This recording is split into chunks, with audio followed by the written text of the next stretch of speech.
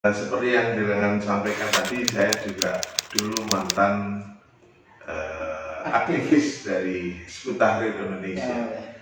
Tahun 99 sampai tahun 2002, maaf.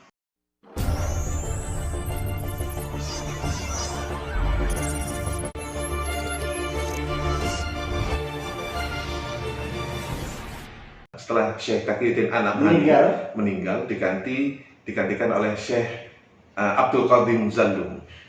Nah, di tahun 2002 atau 2003 nggak salah, ini Syekh Abdul Qadir Zallum ini meninggal, sekarang diganti oleh Abu Rostaq.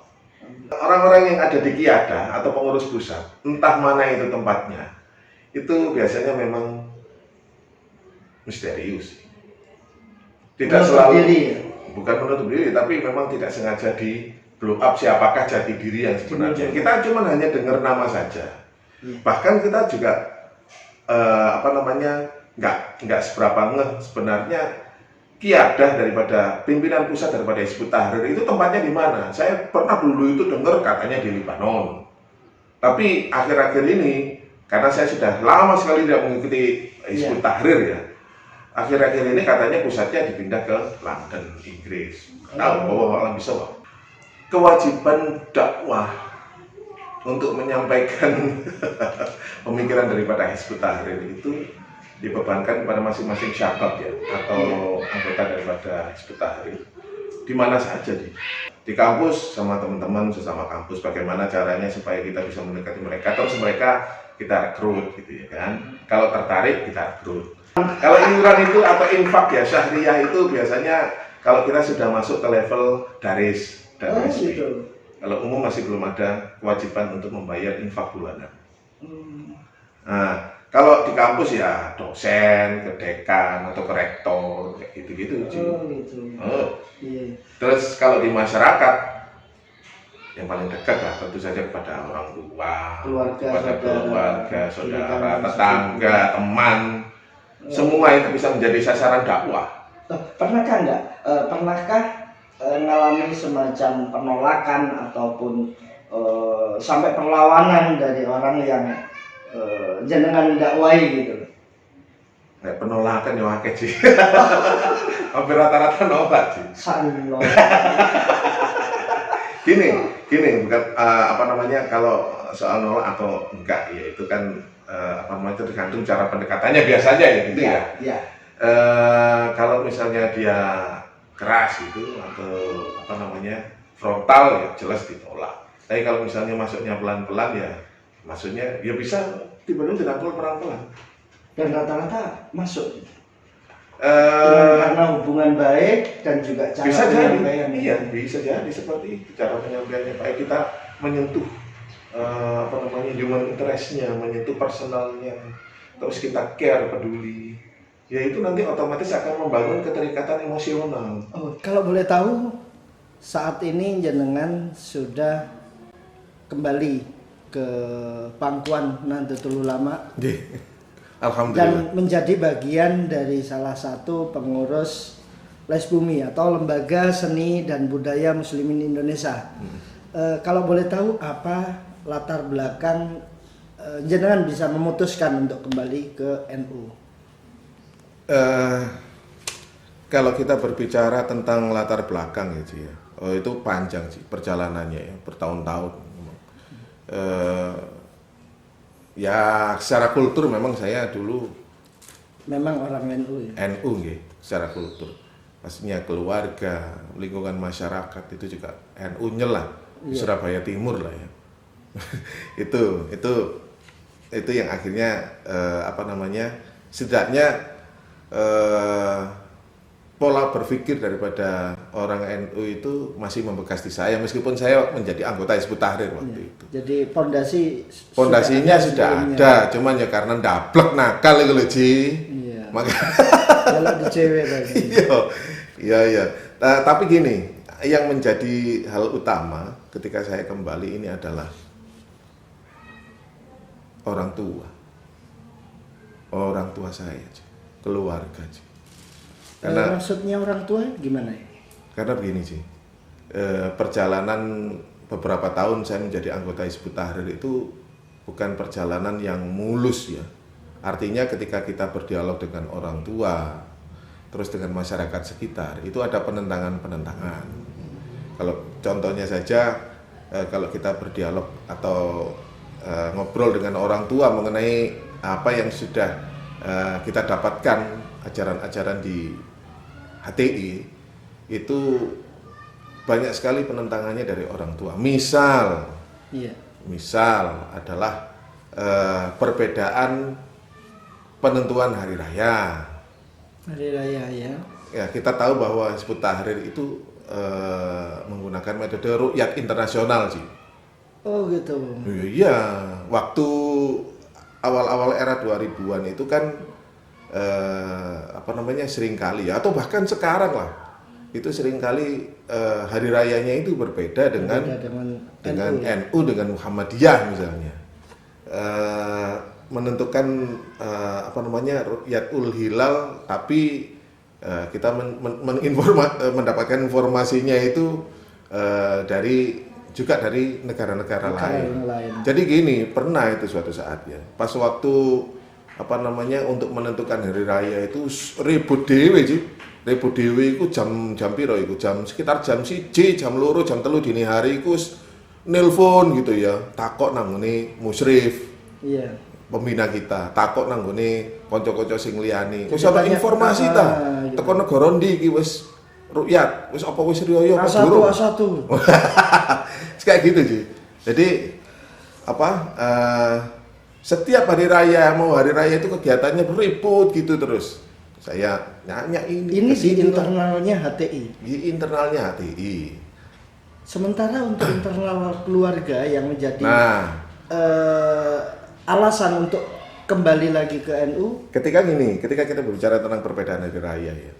Oke, ternyata ketika kita nyari informasi itu ke teman-teman di HTI gitu ya. Oh iya, kita sudah dapat informasi misalnya dari Libya, dari Mekah, dari Yaman, rukyat sudah terlihat, padahal Indonesia belum. Indonesia waktunya kan berbeda. Indonesia belum. Terus akhirnya Rioyo Ji waktu itu juga. Sedangkan orang tua kita ini masih puasa. Masih puasa.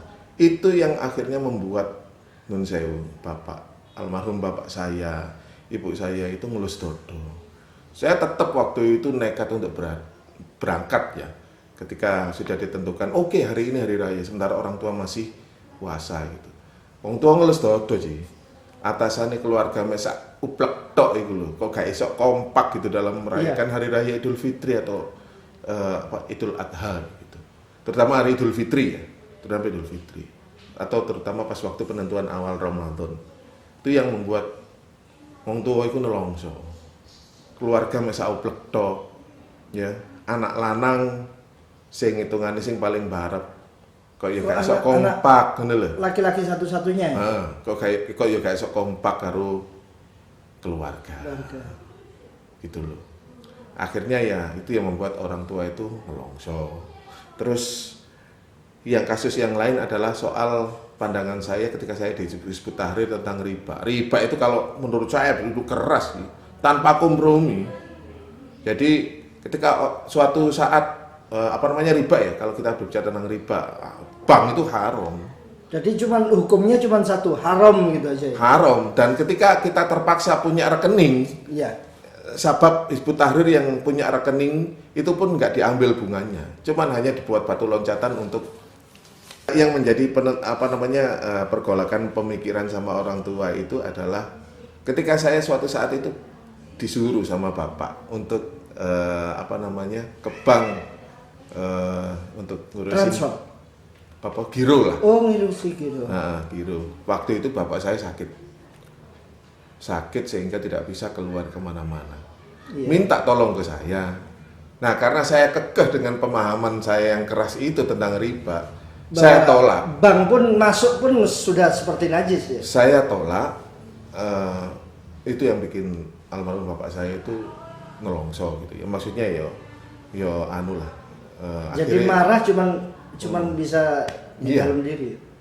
Seandainya sampai bapak saya itu almarhum, seandainya aku sehat, aku tak budal dewe. gak usah njaluk tolong Itu awakmu. sampai keluar ya? Sampai keluar kata-kata itu.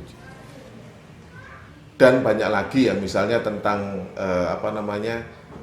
cara pandang politik begitu ya, yang begitu keras.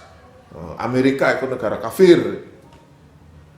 Terus habis itu Indonesia itu sistem demokrasi yang dianut oleh Indonesia, demokrasi Pancasila itu adalah sistem kufur. Ya, seperti itu. Kalau bener deh wong liya. Yo, malah aku dulu ekstrim itu bawang tua, masyarakat yang di sekitarku. Gak bener kabeh, gak bener kabeh. Salah kabeh. Sampai wong tua itu, sampai orang tua saya itu pernah bilang, karena saking kerasnya saya dan saya mengemukakan itu dengan dalil-dalil gitu. Iku sampai terus bareng ngono wong tua arek nom dalili wong tua niku. Terus pernah suatu saat itu saya sampai seperti itu. Sampai seperti itu saya itu pernah. Wes nek ngono carane kon beda terus karo wong tua. Wes kon gak usah nang omah, ngekoso ae nang ngene njaba ae. Jadi secara tidak langsung sudah diusir dari rumah. Iya. Dan itu sempat keluar dari rumah. Ya, ibu saya nahan. Ibu saya nahan sih. Jadi ibu masih punya welas ke saya. Ibu masih punya welas ke saya. Aku ini ki boleh ya.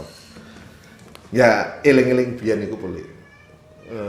Akhirnya yo mikir maneh sakno wong tuaku.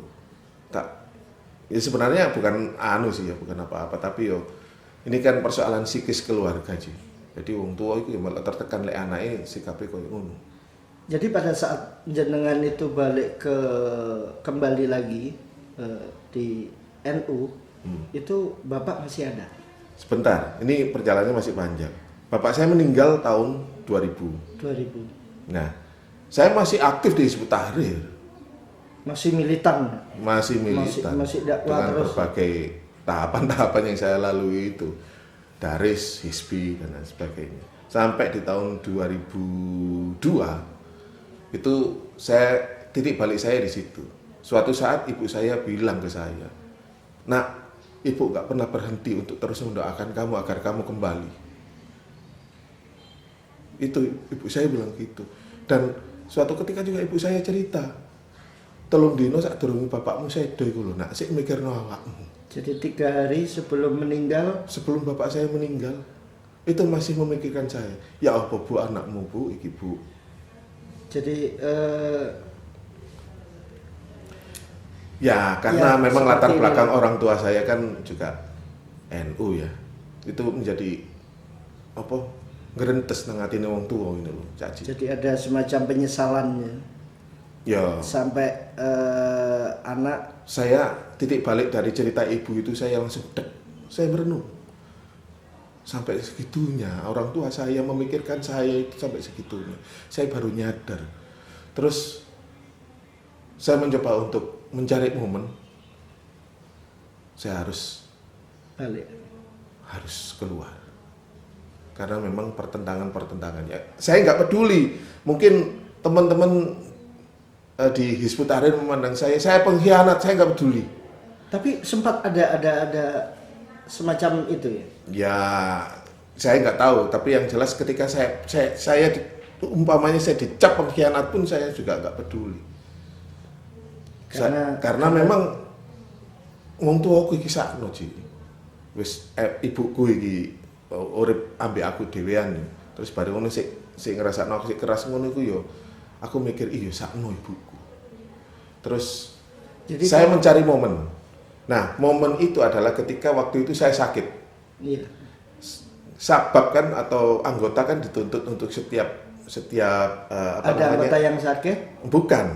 Setiap minggu setidaknya atau pas waktu jadwalnya untuk halakoh untuk ngaji itu harus datang apapun kondisinya. Waktu itu saya sakit. Saya SMS sama musyrif saya. Ustaz, saya mohon maaf, saya nggak bisa datang untuk ikut ngaji karena sakit. Tak percaya saya malah dimarah-marahi. Oh, beliaunya yang nggak percaya? Beliau nggak percaya ke saya malah dimarah-marahi. malah dimarah-marahi. Terus akhirnya dengan sekuat tenaga saya pun juga ketika dimarahi, aku lagi di Senen ini aku ngamuk balik sih. Arek Surabaya. Koneknya betul. Lawan ya. Iya. Nah, saya dimarahi, saya nggak terima. Memang karena kondisi saya sakit. Tapi gak peduli wes masih sakit sikil dingklang ya. Paribasannya sikil dingklang waktu itu. Aku budal dan aku ngomong tegas ngomong ke teman saya keluar